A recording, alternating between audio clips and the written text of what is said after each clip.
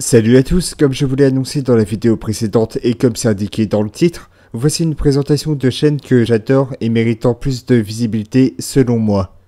Certaines ont plus d'abonnés que moi, mais je fais ça pour le plaisir de partager avec vous, et je vous laisserai bien sûr les vidéos que j'aime de chacun en description. Allez, c'est parti! Et je vais commencer par la chaîne YouTube d'un mec qui fait partie de mes abonnés et qui commente régulièrement ma chaîne, Les Associés du Diable. Actif depuis 2016, c'est-à-dire en même temps que moi, son présentateur Valentin est un passionné de cinéma et surtout de films d'horreur. Il fait très souvent des vidéos intitulées Les Oubliés de l'horreur, dans lesquelles il revient sur des films d'horreur qui sont rarement cités dans les médias spécialisés. Il lui arrive aussi de faire des vidéos achats de DVD ou bien plus récemment une présentation de cette DVD tech très bien garnie au passage. Ce que j'aime dans sa chaîne est que c'est à la fois varié, intéressant et avec un peu de mise en scène.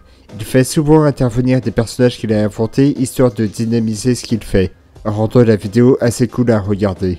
Ensuite, comme toute chaîne YouTube dédiée au cinéma, il fait des petites recherches sur le sujet traité et fait souvent gaffe à ne pas trop se répéter, et ça c'est très bien.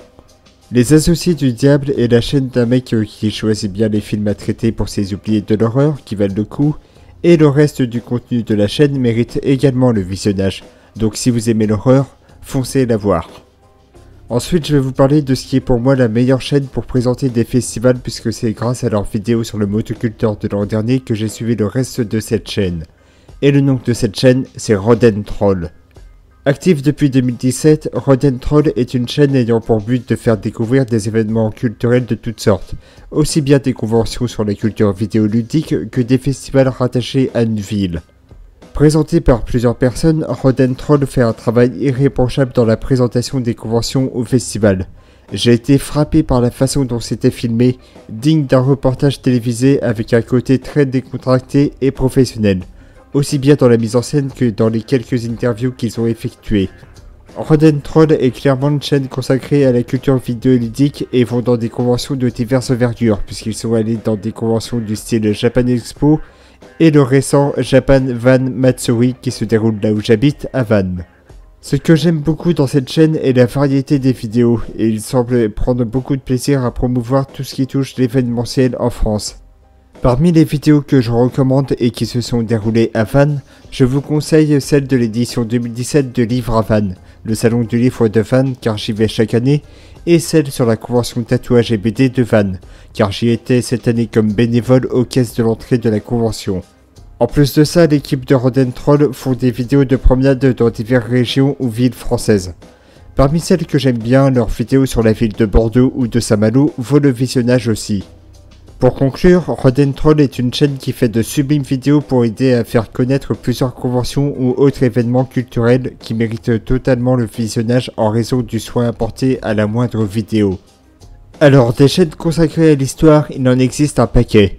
Les plus connus sont évidemment Nota Bene ou Epic Teaching of the History, mais il en existe qui se basent sur des thèmes en particulier, comme les armes ou l'histoire militaire.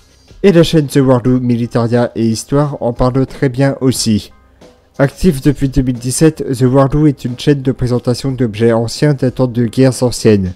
Alors dit comme ça a l'air chiant, mais en fait pas du tout. La particularité de cette chaîne est que son présentateur détaille de façon pointilleuse les caractéristiques de chaque objet et l'écriture de ses vidéos laisse comprendre que l'on a affaire à un vrai passionné. J'ai été saisi par le niveau de recherche que l'on ressent à l'écoute de ses vidéos. Malgré que certains lui reprochent quelques erreurs et le fait qu'il parlait beaucoup trop vite à ses débuts, le présentateur n'a pas lâché l'affaire et écouté ses abonnés. En plus d'être une chaîne passionnante, The Warloo possède un montage très propre et des musiques bien choisies à chaque fois. The Warloo Militaria et Histoire est une chaîne sur les armes moins connue que la forge d'Aslag, mais qui se défend très bien avec la passion qu'éprouve le présentateur pour son sujet, et c'est vraiment le principal. La lecture a toujours eu une grande importance dans ma vie, et sur YouTube, les chaînes littéraires sont trop souvent dédiées aux romans, et il est difficile de trouver une chaîne parlant de livres documentaires. Et parmi les rares chaînes que l'on peut trouver, Read Them All est clairement ma préférée. Actif depuis 2018, son présentateur, Pamalash, ou Pamalak, je sais pas comment on le dit, nous fait découvrir des livres en rapport avec la culture métal, punk ou rock, et donne toujours ses 3 raisons de les lire. J'ai connu la chaîne en allant un jour sur le site Hands Up que je vois très souvent sur la chaîne de Maxwell, anciennement appelée Two Guys One TV, une autre chaîne dédiée au métal si vous savez pas. Et sincèrement, j'ai été aux anges dès la première vidéo que j'ai vue, celle dédiée au film Lords of Chaos, biopic adapté d'un livre sur le black metal et le groupe Mayhem, considéré comme la pierre angulaire du genre. J'ai trouvé que son présentateur avait un très bon timbre de voix, très calme et racontant bien les différences entre le livre et le film, ce qui me permet d'en venir à ce que j'adore dans sa chaîne, le soin apporté à l'écriture.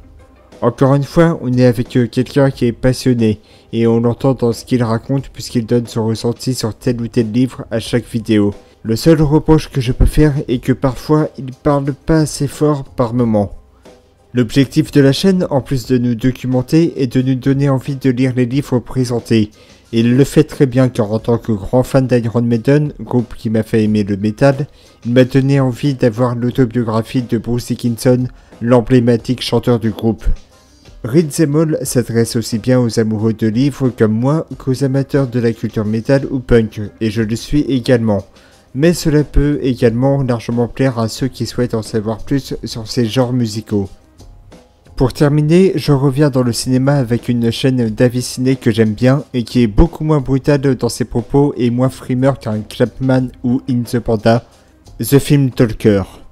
Actif depuis 2018, David, son présentateur, nous fait part de ses sorties ciné, rien d'exceptionnel, énormément de chaînes de cinéma, y compris la mienne, le font, mais cela ne veut pas dire que c'est dénué d'intérêt, sinon j'aurais pas parlé de cette chaîne, c'est évident.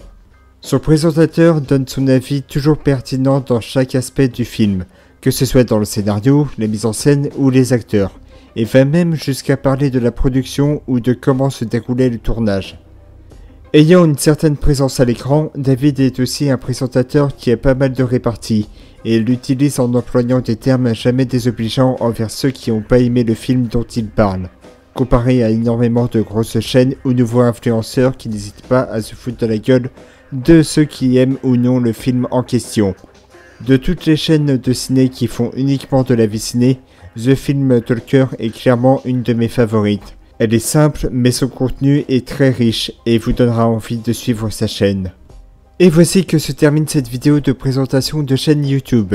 J'espère que vous avez aimé, il s'agit de la dernière de cet été, car je suis bénévole pour le Motocultor du 5 au 23 août, mais je reviens en septembre avec une vidéo de cette édition, et la reprise normale de la chaîne se fera en même temps.